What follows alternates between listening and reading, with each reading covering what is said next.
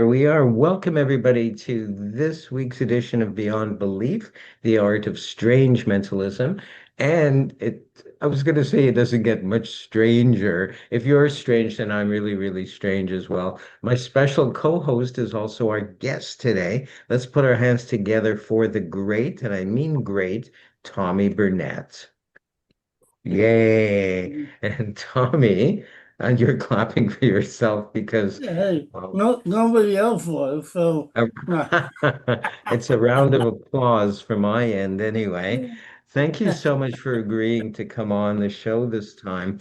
Okay. For those of you out there who've been living under a rock, and are not familiar with Tommy, I've prepared, like I'm prepared, I've prepared a video from your second to last performance on the Open Mic Magic Theater.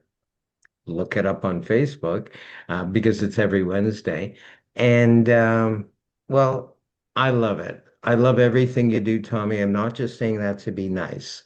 So check it out, everybody. You are going to love Tommy. Hi everyone. Uh, Good to be here. uh, Thank you, thank you, Robin and Kevin for having me. Always a pleasure to uh, be here.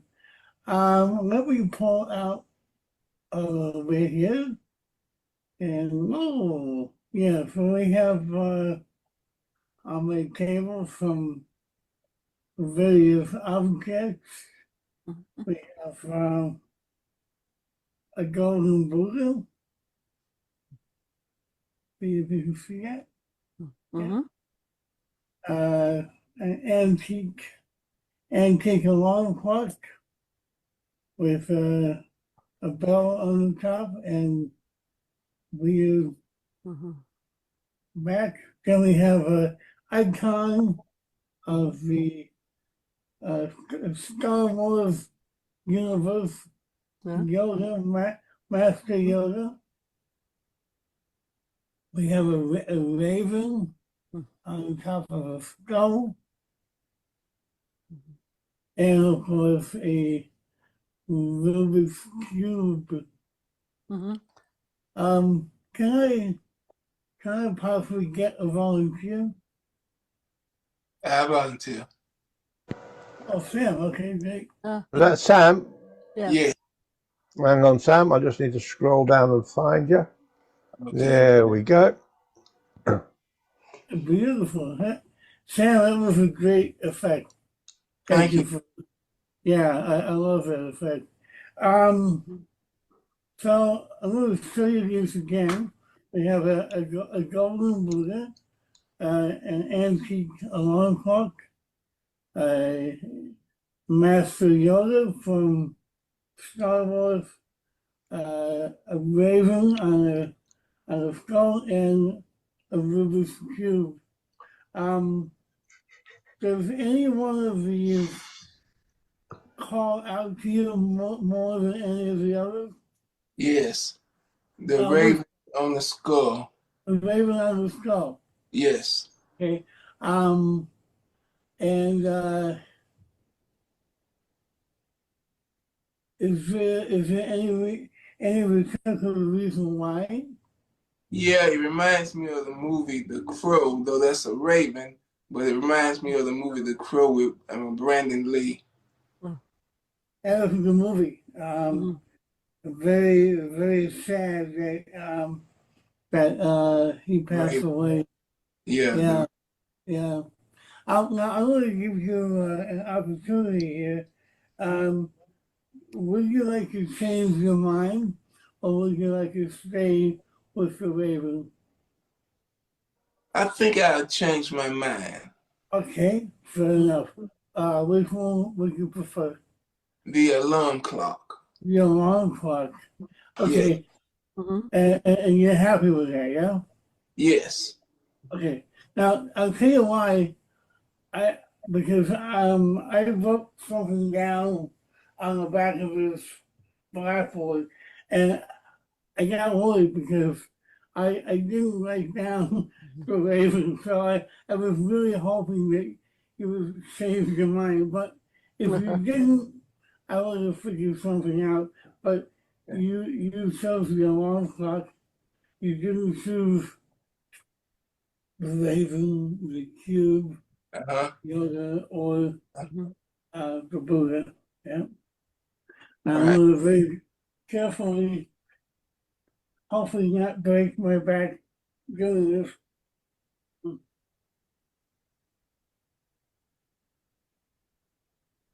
Mhm.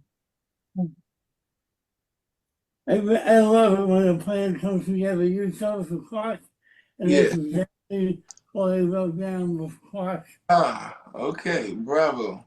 Mhm. Nice. You predicted correctly. Thank you, Sam.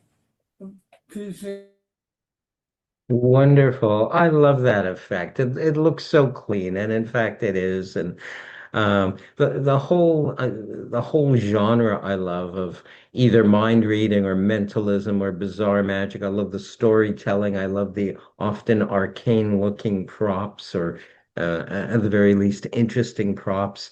And I'm so excited, Tommy, that you are one of New York's premier mentalists. I call them bizarrists, um, performer it. of bizarre magic or spooky magic, if you will. And you're not just, if that wasn't enough, you're not just a performer. I believe you've created some effects, and I Mhm, know that you've written a number of books, mhm. which I'd like to discuss with you. We're going to leave beneath the surface your latest one as the third book we're going to discuss, simply Okay. because um, of the order that I did this video in. Uh-huh. So oh, do you have them right there? You can just hold them Oh, up. yes. Fantastic. Okay, so let's tackle first Cyclops mind reading system, because the title for me is very, Mhm, very clever. There we go. And by the way, those are available for sure on your website, mhm, magictaboo.com. mhm. Anything we talk about today will be Mhm. available there or is available on Yeah. magictaboo.com. So, very briefly, what is Cyclops and what inspired it? So, Cyclops is a book describing one effect that I came up with probably in 1995, uh, which is I don't have one with me, but it teaches you how to make it and how to use it.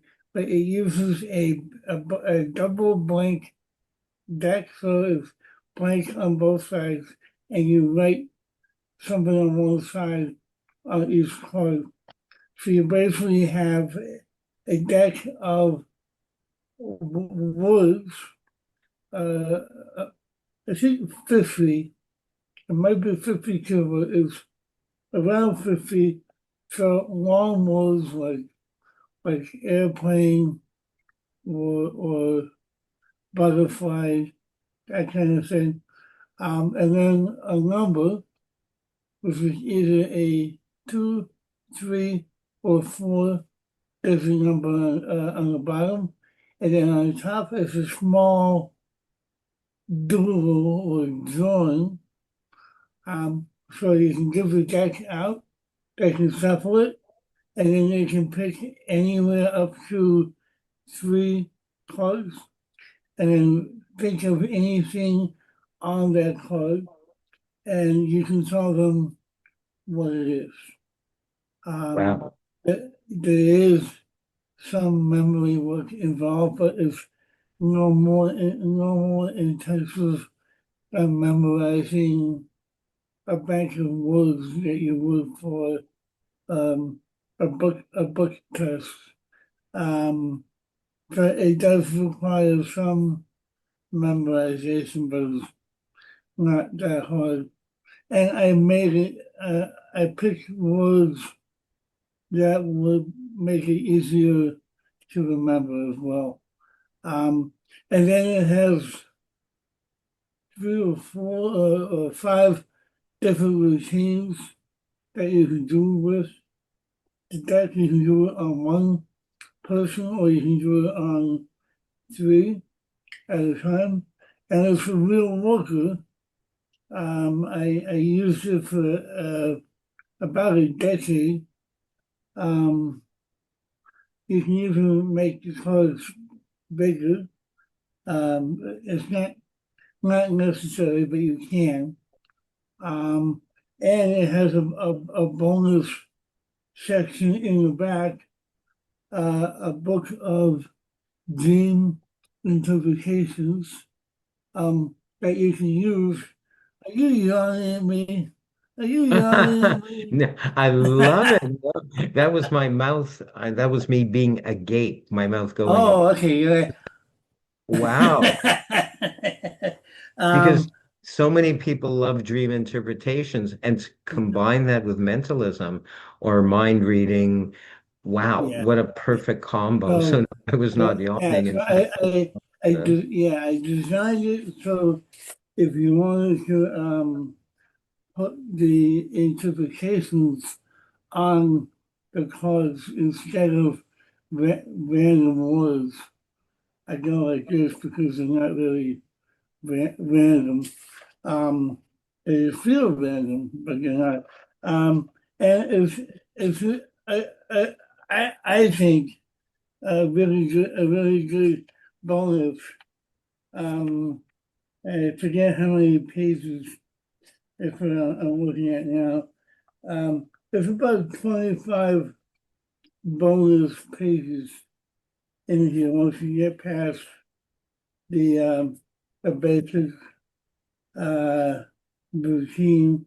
It has it has photos of what the cars are going to look like, um, and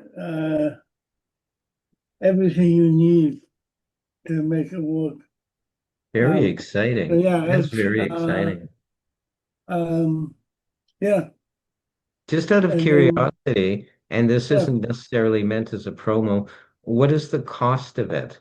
The cost of the book? I have to look it up. I believe it's 49.95. Very Um, good. Or even yeah, thereabouts. That's yeah, not just trying it's to sell either it. It's 39 or 49. and it's a Um, great deal because you get so much out of it. Yes, you get to even customize the cards, yeah, um, you and customize on and them. on. Yeah, and the routine can either be it can be 5 minutes or it can be 15. So I mean, you get a decent amount of mentalism just in that book alone. Very exciting. Let's move on to advancing. Let's advance to advancing mother, which is there. Yes, And I know you do a lot, if not all of your own graphic design. I'm curious. Yeah, did you do the graphic design for the I cover? did, I did, Beautiful. and I actually dedicated this to my mother. I mean, I dedicated to a lot of people, but um, yeah, at the end, I say thank you to my mom. Um, this I wrote because one of my favorite book texts is um, Mother of All Book Texts by Ah, Doug yes. Komarovitz. Um, I always thought it was Komarovitz, but it's Komarovitz is how they pronounce his name. Um, so I wanted to make my own handling of his book. And so uh, after about 8 months of figuring out how I wanted to do it, uh, this came into being. Um, it's basically without really giving it away. Um, it uses a progressive anagram, and that's all I'm going to say about the method. But I made it in a certain way that you only need to call out at maximum 5 letters, um, minimum 1 letter. Um, and there's only one possible. There's only one possibility of getting a no answer right away. Um, and doesn't happen very often. So usually I'll say like E, yes, there's an E in the word. A, yes, there's an A in the word. Um, and I get an automatic hit after hit after hit. Um, and you can either memorize it or uh, there's a printable crib that I actually have. The older I get, the more I use cribs because I don't want to, even though I have it memorized, I don't want to forget it while I'm performing in front of hundreds of people. So I I have mine in the front cover of the book. Um, so yeah, so that's basically what this is. I believe I wrote this first, and then Cyclops came out after that. Um, but I use this all the time. What When I does it use this cost? What all is the the time. cost of that, Tommy, of This one is advancing others? 39.95. Also, so Um, you see, as Very professional reasonable. or amateur magicians and mentalists, or hobbyists, I should say, we could spend triple that on a good book test, hundreds of dollars, or thereabouts, and you get and I'm not just saying this to sell it, but I really mean it. You have a gem created by or inspired from that mother of all book tests to suit you and to suit many performance styles. So everyone's Yeah, getting a yeah, really good deal like that. When yeah. they order from you, and I don't know if Mhm. these are available on Amazon or not, do you autograph them? Do you sign them? Yeah, if they request a signature, it'll be a little bit, the cost will be a little bit more because I have to order them myself and then they Yes. come to me, I sign them, and then I have to ship them out again. So it's basically shipping twice plus Yes. the cost of the book. Um, and yeah, uh, uh, Still a good deal. Still a yeah. I good mean, deal, though. it's mostly if you want my signature, my signature right now on eBay is worth about $2. So, but if it's in a book, no, I'm kidding. Um, I'm kidding. Um, No, he's let's move not. No, on. I'm Yeah, kidding. yeah, exactly. So that brings us to your latest tome. Yes, I'm going to Yeah, call it a tome. It's around 300 pages, more or less, yeah. Beneath the Surface. And Almost I'm 400, actually. fortunate enough to read most of it, if not all of it, several months ago, and I had to review stuff recently. And Hmm. once again, you probably designed that cover. It's a very I did. attractive Yeah. cover. I know we shouldn't judge a book by its cover, but look at that. Who wouldn't I love mean, that? I've always liked the image of a ripple, moving out, oh, Yes, Kevin's here. yes. We'll edit that out. Yeah. Yep. Um, and Yes. there's a very interesting thing on the back is, let's see, it's written by Dr. Michael, like, oh, that's you. Never Yeah. heard of him. Um, Never yeah, heard of you him. gave me a little review on the back, a lovely review, um, which is very nice. But yeah, go ahead, ask me, ask away, ask away. This Because isn't you about are me, it's prepared. about me. You are prepared, therefore I shall ask. Now, I'm going to go in order of what fascinated me and what genuine questions I had, and questions that hopefully will emphasize certain things for working magicians and non-working magicians. Yeah. So, I'm gonna pick one. Yeah, I know. I'm actually consciously going through each of these. Okay. Designing moments, not just effects.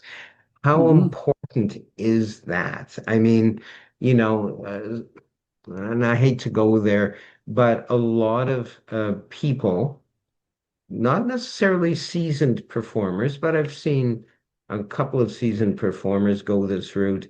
It's almost a throwaway effect and is not every single effect, be it magic effect or mentalism or bizarre magic, a play in itself, a special feature. And I personally don't like when they're discarded, like it's just another effect. It's a moment in time that perhaps can be captured for the audience, for them to remember forever. So, can you expand on that? It's not just a trick or an effect. It's a moment. It's perhaps moving, perhaps educational, perhaps the person will have an epiphany about themselves while watching any magic effect, but especially mentalism.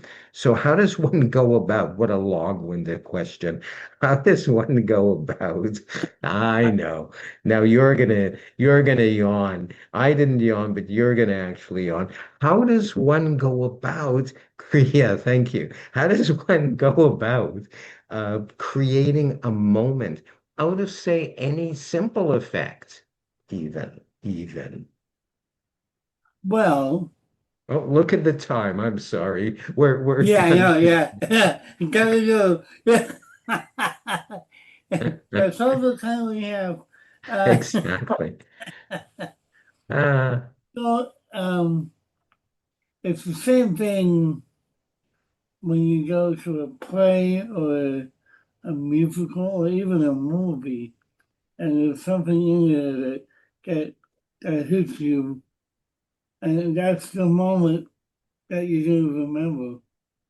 Um, so there are many high and low points during a show, during an act. Um, but it goes back to what you were saying. You know, it's just a trick. Um, and creating a moment involves feeling, like people feeling an emotion. Um, and I know nowadays I hear this all the time, and I'm not saying they're wrong, but I hear all the time that, oh, you have to tell a story when you do magic. And yes, but not for the sake of telling a story. Um, because it's really no different from just doing a trick.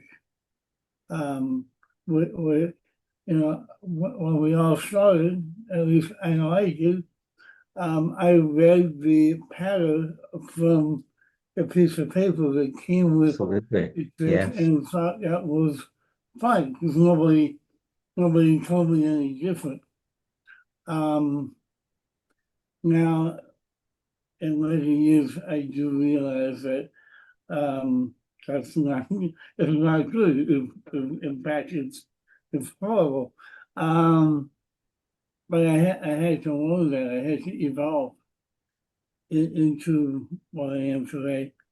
Um, I'm not really answering your question, creating a moment, you have to involve the emotions of your audience.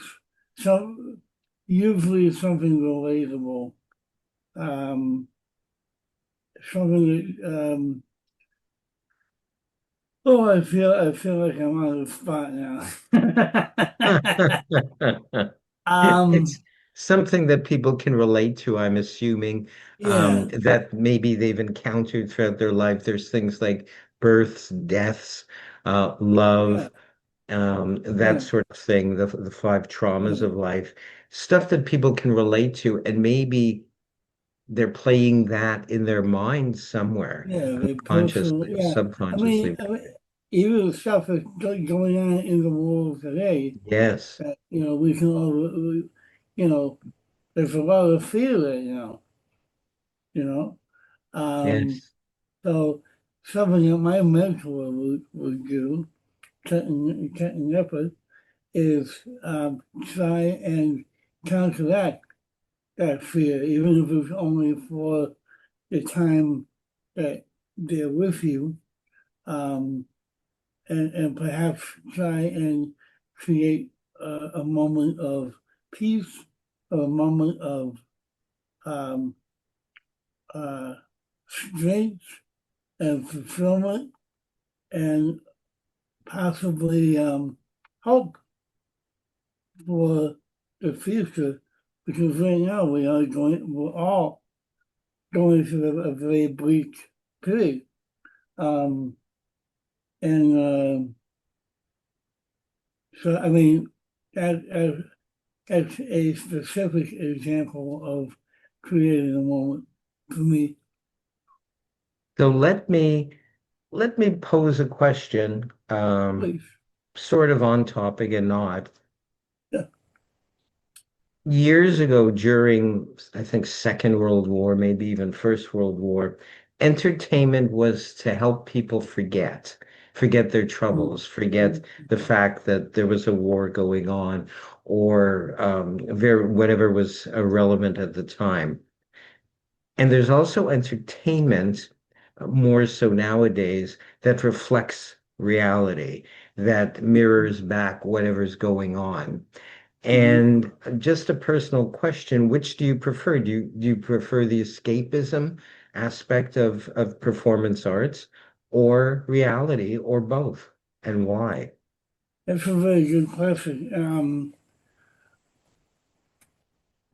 My personality is that I like to joke around a lot.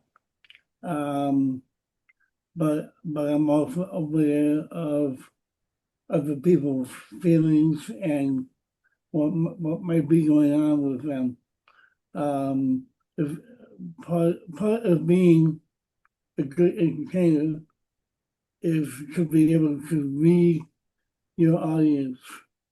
So if somebody comes in looking sad and depressed, you're not going to go, you're not going to single them out and make jokes. It's not appropriate, and Of everybody course. will. That's an extreme example. Um, but I see performers do that all the time.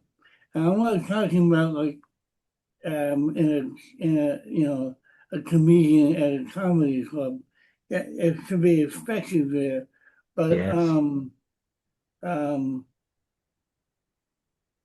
you just have to be aware of the people that you're with.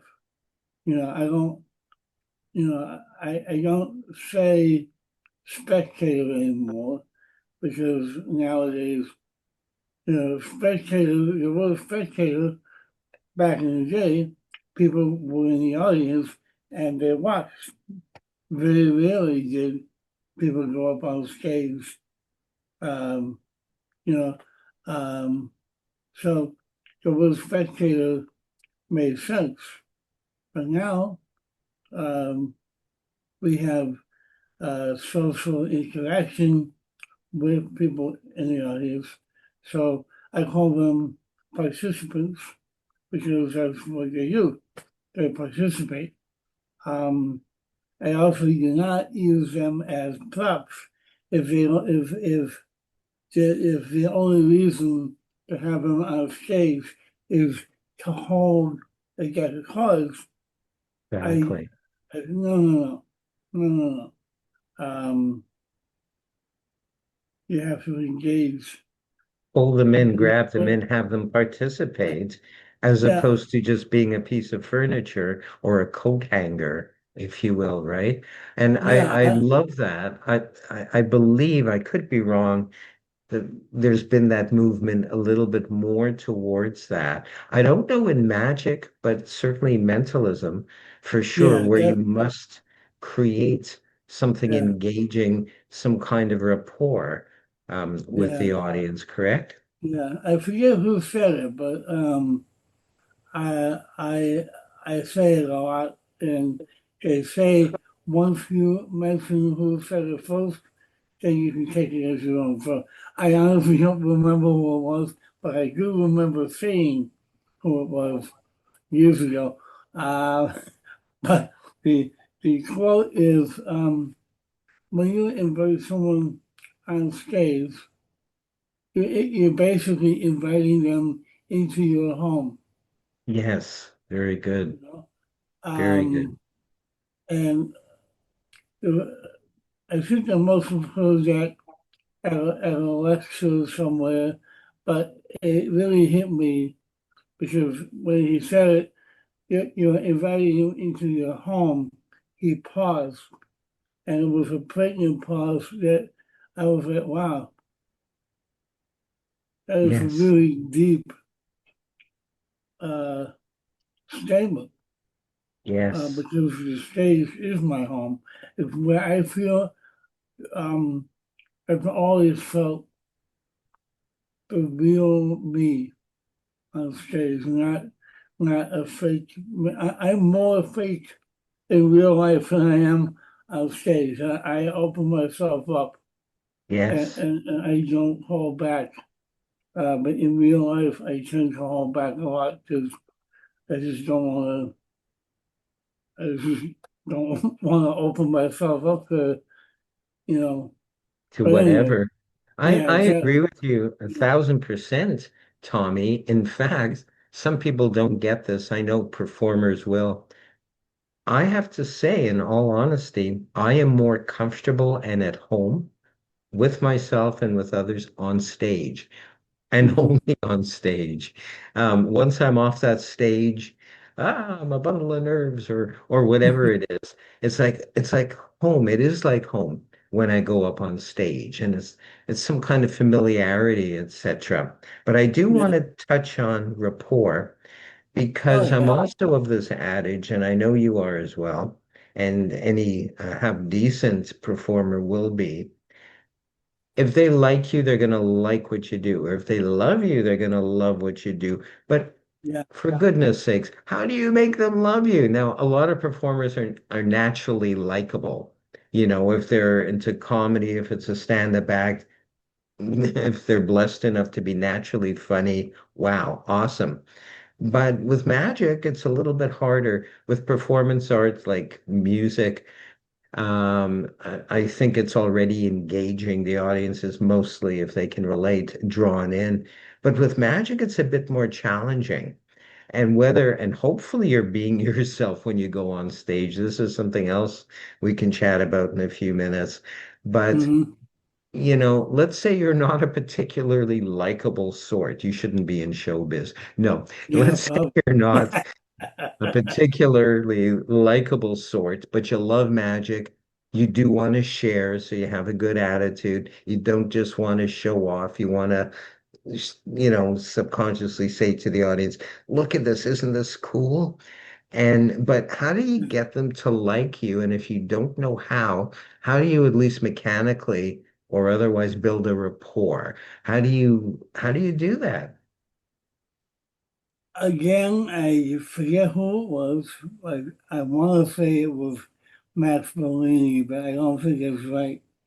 Um, before he went on stage, he would say a little affirmation or prayer.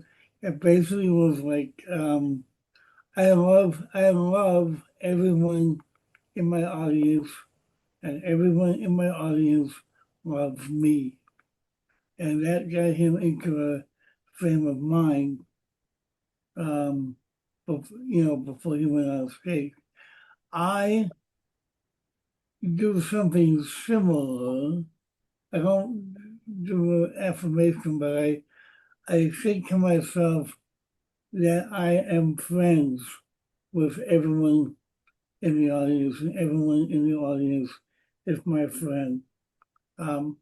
And that usually works. Um, and this is probably more of a ritual for me, but I have to have a cup of coffee before I go out on stage. I don't know if it It's does warm and anything. comforting. I It get kind that. of puts me up. It puts me Yeah. up enough so I'm on. Some people are on 24 hours a day, and I feel sorry for them because Yes. it's not Those are natural. the types, though, the ones that are on all the time, you stick them on stage and all of a sudden they clam up. It's really Yeah, weird. Not yeah, everybody, but all the so many. time. It's like they're performers off stage. You stick them on stage and it's like all of a Yeah, sudden, they're quiet. yeah, a lot of times. So Yeah, you're in a sense setting an intention. I don't know. I don't think yeah, everybody, no, that's exactly it. Yeah, yeah, right? yeah, So yeah. and that's awesome. I remember early on when my first couple of years as a professional, I was nervous, and I wish I knew what I know now, i.e., what you just said. It's like people aren't there to kill you. They're there because they want to see a show of some kind, and many of them already know and might like you. So they're already your friends. And you got Yeah, to I used to get a lot of people I know to come to my shows at the beginning, the first few years, so I could feel that, okay, I've got some friends in the audience. But I don't know where and why subconsciously, especially when we're starting out, why we set up an unreal and imagined adversarial situation when really they're there because they want to be there. They didn't pay yeah, money, either good money or not, um, to wreck their experience or your experience or other people's experience. Some are. There's like 1% that do that. They're just there to screw everything up. But generally, our audience is our friend. yeah. And another friend of mine who was another performer in one of my shows that toured, he said, because I'd get really nervous, it was the first few years of performing for me. And Mhm. he said, listen, man. He called me man because he didn't know my name. No, I'm kidding. He said, listen, Mike. Uh, sorry. He said, listen, if you don't dig it, if you don't love what you do, don't go out on stage. Either you love it and you're not nervous, or Yeah, forget about it. And that snapped me to attention. It's like, oh my God, I'm so grateful I'm here. I love it. And I love yeah, whoever's out there. yeah. Things I mean, shifted. I know a lot of professional performers that get nervous, after like years and years and years. And I don't think there's anything wrong with that. Um, uh, I hesitate calling it nervousness because it really is just energy that we have, and to learn how to transform that energy into something that we can use often takes time and experience that you can't. I mean, you can learn it from a book, but you have to do it um, and get to the other side and realize, oh, hey, I'm okay. I can have that weird feeling and use it for good. Um, Yes. yeah, So, I'm also of the adage, and I know you'll agree on this. This just came to mind. No, Um, yeah, we're hopefully we're not coming from ego. Hopefully we don't need validation when we go on stage. yeah, Because the audience, sure as anything, will pick up on something not being right subconsciously, whether it's a person with a big ego, or whether it's a person who's insecure, or whether it's a person who's just there to get validation. You gotta have your mind clear and just be about sharing, having a good time and giving. Otherwise, the audience won't, you won't be able, it'll be harder to build rapport, won't it? yeah. I validate that statement. Uh, no, yeah, no, I agree. I agree completely. Um, I know, it's actually a good segue to what I wanted to say next. Most people have about 10 minutes to get an audience to like them. Yes. Um, but I feel, I've always felt, maybe it's not true, but I think it is. In my case, I have less than that. I have probably between 3 and 5 minutes to get people to like me because of the way I talk. Um, because usually what's going on in their mind is, oh my God, is he joking? Or is there something wrong with him? Um, so I give people that time to, know, figure out what's going on.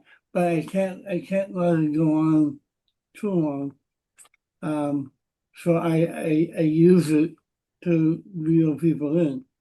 And Yes. I explain, you know, I was born with cerebral palsy.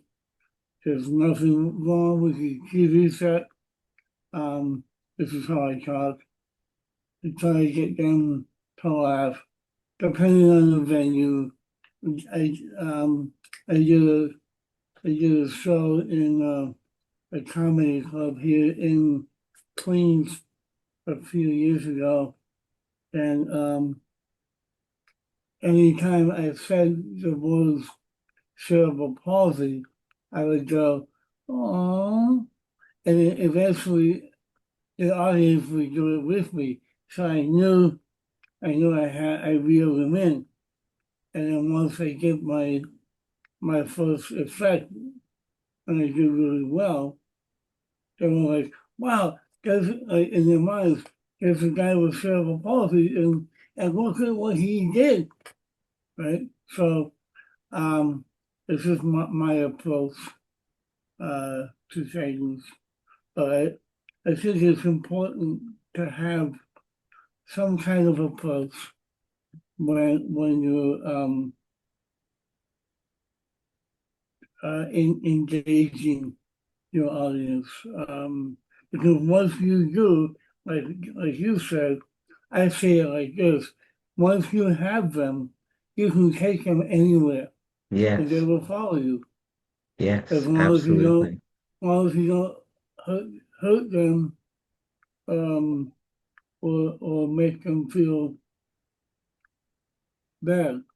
Yes, Um, absolutely. I want to add something to what you just said because I mhm, think it's important. mhm, Okay, you said oftentimes your intro will try to hook them by saying, "Well, I've got cerebral palsy." Oh, they feel sympathy or compassion, maybe right, even empathy. And then somewhere along the way, it's like, holy cow, this guy with cerebral palsy can do amazing stuff. right. Well, what about segueing? Because this is where I'm at. Mhm. They don't even see you as having cerebral palsy. They don't see that person. Yeah, They see yeah, just a wonder worker, if you will. yeah, but usually by the end of the show, that is exactly the case. Uh, really, but it has happened. I've had people come up to me after the show who want to talk about cerebral palsy because they have a relative who has CP, and um, I made them feel grateful or uh, whatever. Um, Awesome. so yeah, uh, yeah, I think that's all I have to say on it. And I'm taking notes too. So I'm going to play devil's advocate, simply because in this part of the world, and I might be sounding judgmental, but I've lived all across Canada and I've been relatively successful as a magician and Mhm, designer and all the other stuff I do, but particularly magic. And what I'm getting at is marketing yourself as a mentalist. Which mhm. is easier? Which is easier?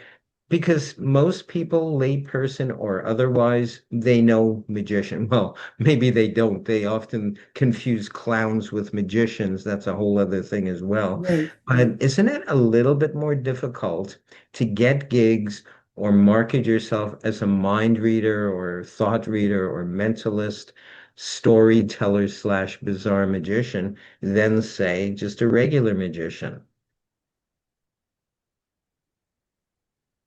I'm not sure. I don't think it's any harder.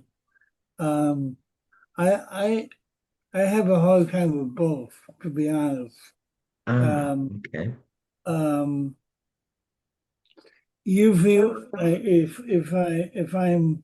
if I meet somebody for the first time and they ask me what do you do, um, I usually say I'm a magician and not a mentalist because everyone knows what a magician is, and not everybody knows what a mentalist is. And so, if I say, "Well, I'm a mentalist," they go, "Well, what's that?"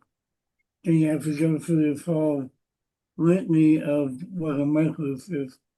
So I A said, I'm a thought read, magician. a reader of thoughts. Yeah, exactly. That's what I used to say.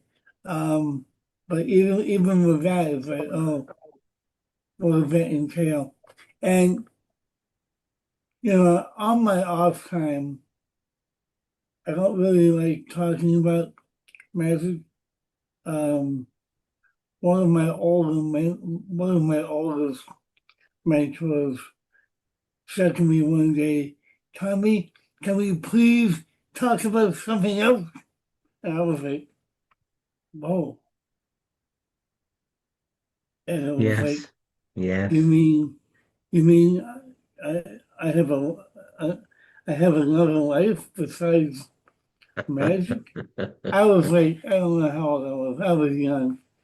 Um, but lesson learned. I Absolutely. try to separate my life from magic, and my love of magic is different today than it was when I was younger. Um, um, and some people will not understand this, but I don't have to do magic. I can just be me, you know. Yes. And Yes. I know so many people who can't do that because they've invested so much in being a magician, and that's great. But last night I was performing with a friend of mine for of like 20 years, and in 20 years I've never heard him talk about anything else, Wow. even when we were by ourselves. Well, that's not true. He does like he does like going to Marvel films, but he's a really sweet guy. But I just don't want to. I love magic. It's been my life since I was a kid. Um, but it's not my life. It's part of my life. Yes, It's exactly. not my life. Exactly. Yes. A And lot of people, their identity is wrapped up yeah, into their yeah, work. You know, yeah, oh, I'm an electrician. Yeah, but who are you? You know, yeah, or I'm exactly. a magician. Yeah, Oh, but yeah. who are you? So to answer you, it's all leading up to the answer to your question, not the answer to life. That would be fully true. Um, the, the answer to your question is now I say, well, I'm kind of an entrepreneur. I do this, I do this, I do this. I have a store, I have a little website. I'm a producer, sometimes I'm a director. Um, so, because this is just me, Yes, 99 times absolutely. out of 100, when I say I'm a magician, and I don't hear other people say this, um, but to me, in response, it either go, oh, okay, but they never say, show me the trick. I Right, don't know. I don't know right. why. I don't know why. Um, You're one of the lucky ones, Tommy. well, yeah, I mean, I feel lucky, but it's weird because I always hear people like musicians say, "Yeah, as soon as I say I'm a musician, they say, oh yeah, somebody say." Um, now that happens more often when I say I'm a mind reader. They say, "Oh yeah, read my mind," like it's a And challenge. my answer to that has always been, oh, that reads like a dirty book. I'm sorry. I'd Yeah, make some joke yeah, like that, yeah. I you usually if it's a couple and the husband says that, I turn to the woman and I don't look at him. I turn to the woman and say, "You wouldn't believe what's going on in his mind right now." Uh, I love um, it. I love yeah, it. It's time to reiterate certain things, availability, etc. yeah, Or yeah. we could call this promos. Um, your books are available on your site, magictaboo.com, Yes. magictaboo.com, all one word. Hmm. And people can see you in action every Wednesday. Look it up on Facebook. Open Magic, open, oh no, I screwed. Open Mic Magic Theater.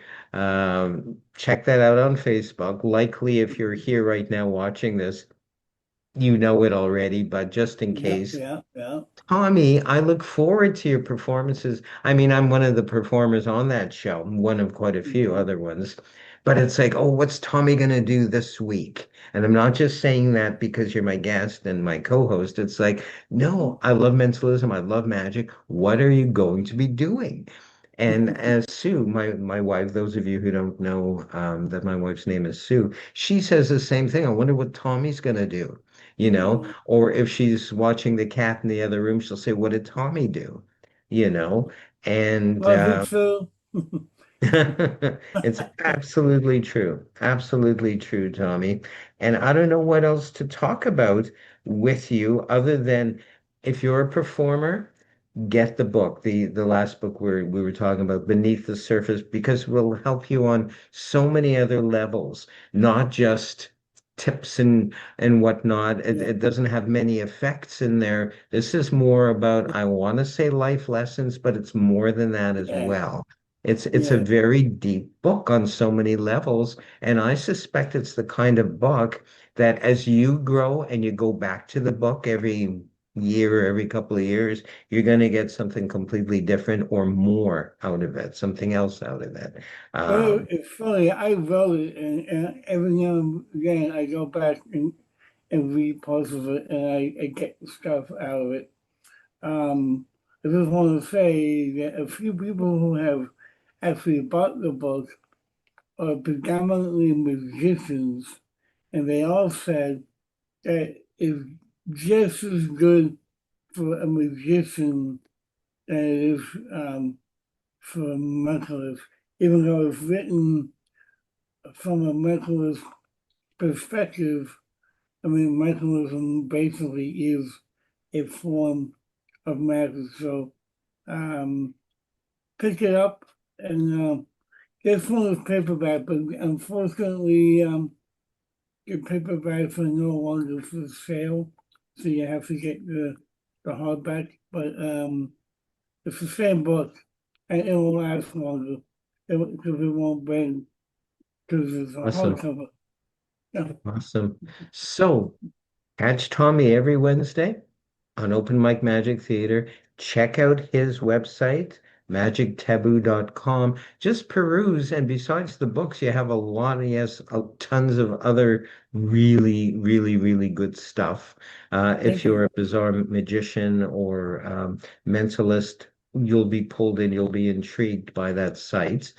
We have only one more show to do together, which is next week. One Yeah, more Beyond Belief, unless you're going to carry it on yourself. I Beyond Belief, the might, artist, but I haven't decided yet. Yeah, and our guest next week. And I was surprised you knew him. I know he's a local guy, local Vancouver, Canada guy, right. Yeah. Christopher Taylor. And I was introduced to him by because I heard from the local boys. So I went to his site, and it's like, whoa. He has a Yeah. lot of thumpers. What's that? He has all kinds of Yeah. incredible electronic devices that Yeah. do that save you a bit of trouble. Quite frankly, when he came up to our table, uh, he was at an Indian restaurant doing table hopping in Port Moody, Canada. Oh, cool. Yeah. Hmm. I thought he was old school, what he was doing. He was presenting it that way. And then Hmm. I saw some of those effects on his website, and it's like, are you kidding me? Wow. It was very Animan-like, but he was using something Yeah. else, Sure. Yeah. right? Yeah. So cool. So Chris Taylor, I know we'll look forward to chatting with him Yeah. next Yeah. week. I met Chris. He probably won't remember me. He might go. Um, he came into the master shop that I was working in at the time to talk to my boss. Um, and I saw him like in the hallway coming to the store because we had a glass door. I was, oh my God, oh my God, oh my God. I ran out from behind the counter. I ran up to the door. I opened it for him. I'm like, hi, Chris, I'm a big fan. Come on in. Yeah, and he's a generally just a He genuine, was very nice. nice guy. Yeah. He's just a nice guy, an inventive guy. I'm going to bring up March 6th, which is a Friday. Mhm. We're presenting the Midnight Wizard Collective Gala, and there's a whole slew of entertainers.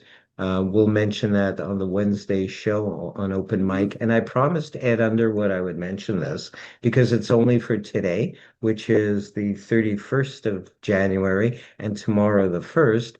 Ed Underwood is having his juggling course. It's an Oh, eight-part yeah. series, all Okay. edited together, available at a great rate right now for 2 days only. Contact him for more info on Facebook, Edward L. Underwood, and there'll be subtitles Great and guy. Great guy. when this goes to Yeah. air in a couple of hours. So, or re-air, if you will. So Yeah. check out if you love Yeah. juggling, a lot of people Yeah. associate Well, juggling.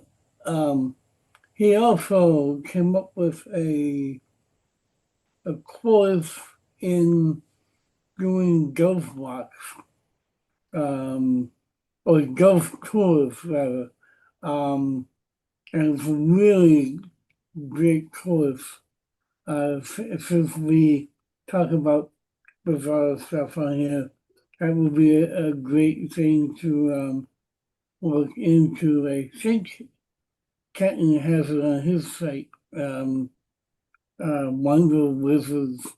wonderwizards.com, but it's called Ghost Tour Lectures or something like that. Very, Yeah, very cool. Tommy, I want to thank you so much. thank I mean, you. you're usually we usually co-host this together. Thank you so much for allowing me to quiz you, allowing me to do what I do for whatever it's worth, and for you putting up with me on this show.